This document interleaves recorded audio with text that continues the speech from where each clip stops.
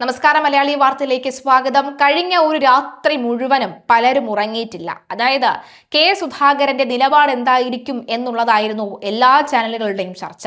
രാത്രി 2 മണിവരെയും 3 മണിവരെയും ഒക്കെ തന്നെ പ്രധാന TV ചാനലിലെല്ലാം സുധാകരന്റെ നിലപാട്, സുധാകരന്റെ റൂട്ട് മാപ്പ് ഒക്കെയായിരുന്നു. ഡൽഹിയിൽ നിന്ന് ഇങ്ങ് കണ്ണൂർ എത്തുന്നത് വരെ ഈ മാധ്യമപ്പടയുണ്ടായിരുന്നു. പറ്റുമെങ്കിൽ സുധാകരനോടൊപ്പം ഇൻഡിഗോ വിമാനത്തിൽ കയറി ഒരുപക്ഷെ അവർ ഡൽഹിയിൽ നിന്നും കേരളം വരെ അല്ലെങ്കിൽ കണ്ണൂർ വരെ യാത്ര ചെയ്യുകയും ഉണ്ടാകുമായിരുന്നു എന്നുള്ളതാണ്. എന്തായാലും അതിന് മുതിർന്നില്ല.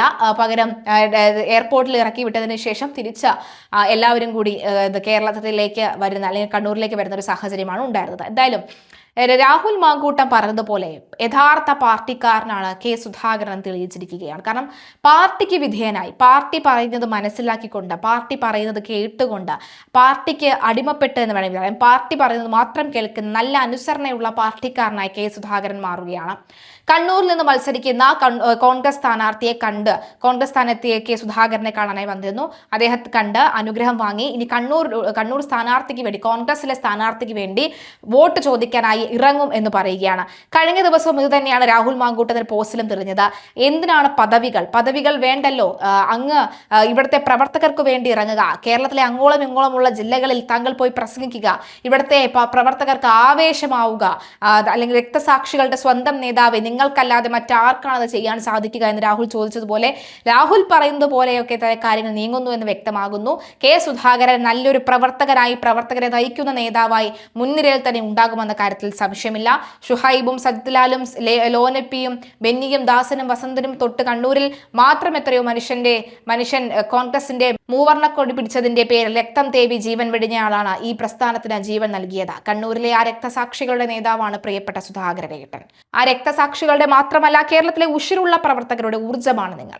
കണ്ണൂർ MLA എന്നല്ല, കേരള മുഖ്യമന്ത്രി എന്നത് പോലും കേവലം പദവികൾ മാത്രമാണ്. അതിലൊക്കെ എത്രയോ വലിപ്പമുള്ള സ്ഥാനത്ത് തന്നെയാണ് പ്രിയ KS നിങ്ങൾ ഇപ്പോഴും ഉള്ളത്. പേരിന് പിന്നിലുള്ള അക്ഷരങ്ങൾ അല്ലല്ലോ ഒരു രാഷ്ട്രീയക്കാരന്റെ പദവി. ഇതൊക്കെ ഞാൻ പറഞ്ഞു തന്നിട്ട് വേണ്ടല്ലോ KS നിങ്ങൾക്കറിയാൻ.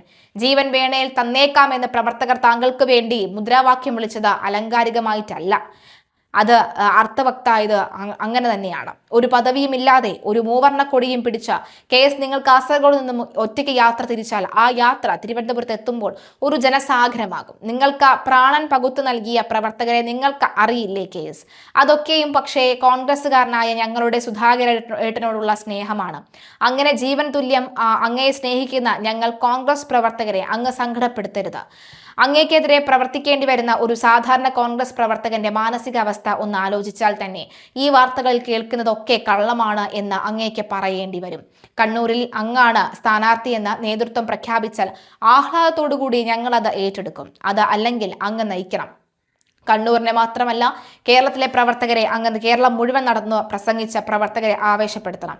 ഈ ദുർഭരണം നമുക്ക് വലിച്ചെറിയണം. ബ്രണ്ടൻ കോളേജിൽ വെച്ച് ചവിട്ടി താഴെ ഇട്ടത് പോലെ തന്നെ താഴെ ഇടണം. പദവികളല്ല, പ്രവർത്തകരുടെ മനസ്സിലെ സ്ഥാനമാണ് വലുത്.